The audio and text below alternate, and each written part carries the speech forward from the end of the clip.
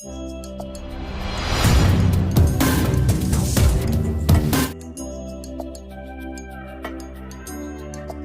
Friends, आपका स्वागत है हमारे यूट्यूब चैनल में। जैसा कि आप जानते हैं कि हम पॉलिटेक्निक के फर्स्ट सेमेस्टर के अप्लाइड मैथमेटिक्स को पढ़ रहे हैं।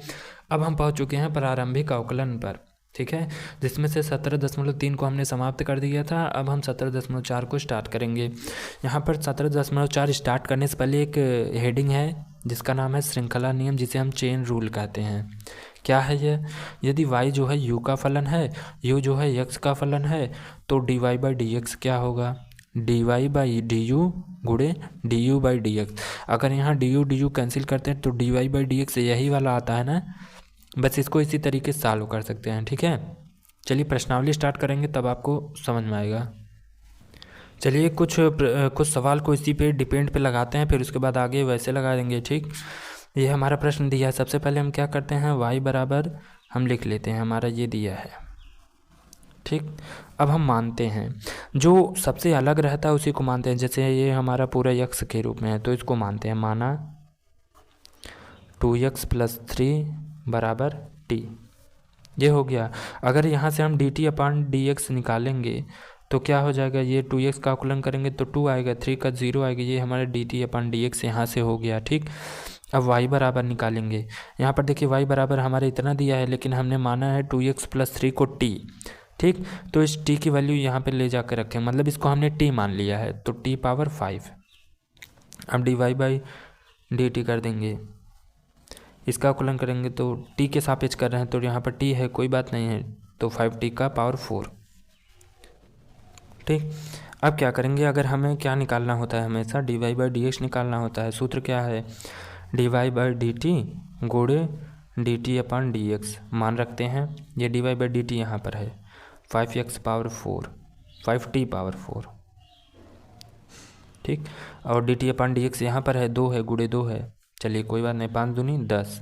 t का मान रखते हैं, t का मान कहाँ माना है हमने, हाँ 2x + 3 माना है, तो इसका पावर 4 आ गया। ये आ गया आपका dy बाई dx। कितना आसान है, चेन रूल है इसे। जब आपको प्रश्न में कह देगा कि चेन रूल से लगाइए तो ऐसे मान के आपको लगाना है, नहीं तो आप डायरेक्ट भी कर सकते हैं, ठीक है। दूसरा क्वेश्चन हमारा दिया है e पावर 3x + 4 दिया है ना।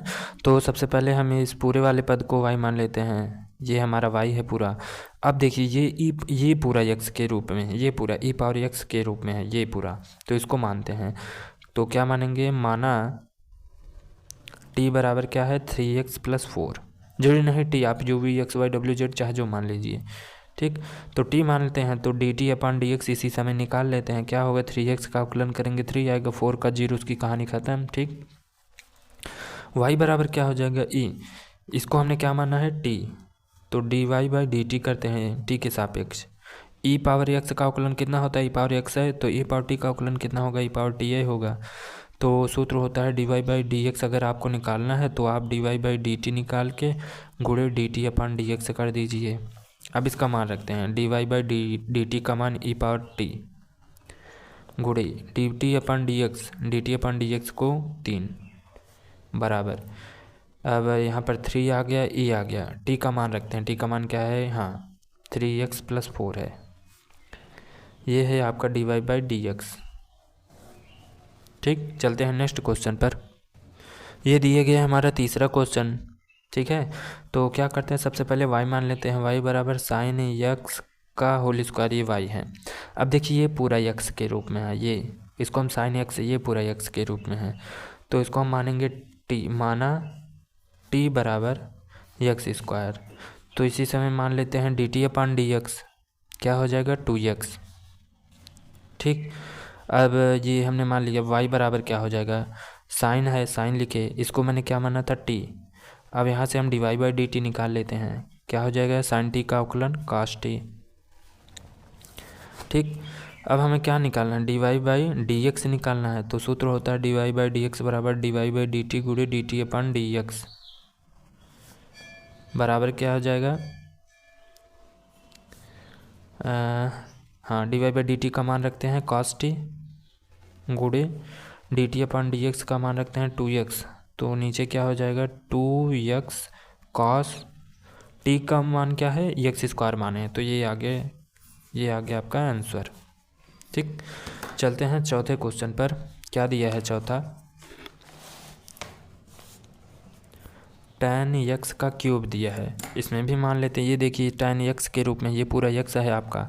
तो सबसे पहले y बराबर मानते हैं tan x का क्यूब है, तो माना t बराबर है आपका x क्यूब। इसका अवकलन करते हैं dt/dx, क्या आ जाएगा 3x² आ जाएगा। ठीक, बहुत अवकलन कर चुके हैं हम लोग, अब लिखते हैं डायरेक्ट। अब तो आपको आगे आ भी गया होगा। ठीक, dt/dx निकाल लिया। अब क्या करेंगे, y बराबर tan लिखें और x क्यूब को हमने क्या माना था, t माना था, तो यहाँ पर t लिख दिए। tan t का अवकलन करेंगे मतलब dy/dt करेंगे t के सापेक्ष। tan t का क्या होता है, sec² x होता है। tan x का sec² x होता है, तो tan t का sec² t होगा। ठीक, dy/dx निकालते हैं, फार्मूला होता है dy/dt गुणे dt/dx, ये होता है। मान रखते हैं dy/dt का मान sec² t गुणे dt/dx का मान यहाँ से 3x² बराबर क्या हो जाएगा, 3x² sec² t को हमने माना था x क्यूब ना, तो यहाँ पर लिख देंगे x क्यूब। ये क्या है हमारा dy/dx है। चलते हैं नेक्स्ट क्वेश्चन पर। पांचवा क्वेश्चन हमारा दिया है cos क्यूब का x। ठीक है भाई साहब, ठंडी पड़ रही है, बचा के रहिएगा बहुत। अब देखिए पांचवा cos क्यूब x, इसको हम और मॉडिफाई करके अगर लिखना चाहे तो y मान लेते हैं cos x, एक बार मान लेते हैं cos क्यूब x है। y बराबर अगर और मॉडिफाई करना चाहे तो cos x का होल क्यूब कर सकते हैं ना। अब देखिए ये पूरे x के रूप में है और ये पावर n के रूप में है, x का पावर n बन गया। तो अब क्या करते हैं, मान लेते हैं, माना t बराबर cos x। ठीक है, अब यहाँ पे हम dt/dx x के सापेक्ष अवकलन कर दें तो cos x का अवकलन क्या आएगा, -sin x। ठीक, अब y बराबर लिखते हैं, y बराबर cos x का क्यूब है, cos x को क्या माना है, t माना है, तो t क्यूब। अब y का अवकलन करते हैं t के सापेक्ष, तो dy/dt बराबर क्या हो जाएगा, तो 3 आगे आ जाएगा, x पावर n के रूप में है, तो 3t का स्क्वायर हो जाएगा। ठीक, अब अगर हमें निकालना हो dy/dx तो क्या लिखेंगे, dy/dt गुणे dt/dx लिखेंगे। ठीक, तो dy/dt का मान क्या है, 3t² है, गुणे dt/dx का मान कितना है, -sin x है। लिखते हैं -3 sin x। अब क्या है, t² है, गुणे t² है ना, तो t को क्या माना है हमने, cos x, तो cos x का होल स्क्वायर। ये आ गया आपका आंसर। सेम उसी तरीके का क्वेश्चन देखिए छठा दिया है, तो स्पीड बढ़ाते हैं। तो y बराबर सबसे पहले मान लिए इसको। ठीक है, तो y बराबर एक बार मान लिए, इसको हम और मॉडिफाई करके लिखते हैं तो sec x का होल स्क्वायर मान लेते हैं। जो ये अलग पद दिख रहा है x का पावर n के रूप में दिख रहा है, तो x को इसको मान लेते हैं, तो माना t बराबर sec x मान लिया। अवकलन करते हैं x के सापेक्ष, तो dt/dx बराबर sec x का अवकलन sec x tan x होता है। अब y बराबर लिखते हैं, यहाँ पर sec x² है, sec x को क्या माना है, t, तो t का स्क्वायर, तो dy/dt निकालते हैं, क्या आ जाएगा, 2t आ जाएगा। ठीक, अब हमें क्या निकालना है, dy/dx निकालना। फार्मूला क्या है, dy/dt गुणे dt/dx। ठीक, dy/dt का मान होता है 2t निकाला है हमने, और dt/dx का मान निकाला है sec x tan x बराबर 2 इंटू टी को हमने क्या माना है, sec x। तो sec x का जब हम इसमें मल्टीप्लाई कर देंगे तो sec² tan x आ जाएगा। ठीक, ये क्या आ गया आपका dy/dx, ये आ गया आपका आंसर। चलते हैं नेक्स्ट क्वेश्चन पर। सेम उसी तरीके का क्वेश्चन देखिए, स्पीड बढ़ाते हैं।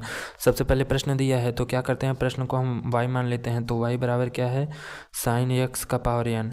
ठीक, अब ध्यान से समझिएगा, माना t बराबर क्या मानेंगे, ध्यान से समझिए, ये पूरा आपका x के रूप में है, मतलब sin x के रूप में ये पूरा, तो इसको हम मान लेते हैं t को मान लिए, x पावर n को मान लिए t, तो dt/dx निकाल लेते हैं। भाई साहब ये तो खुद ही फार्मूला है, x पावर n का अवकलन करना है तो nx पावर n -1।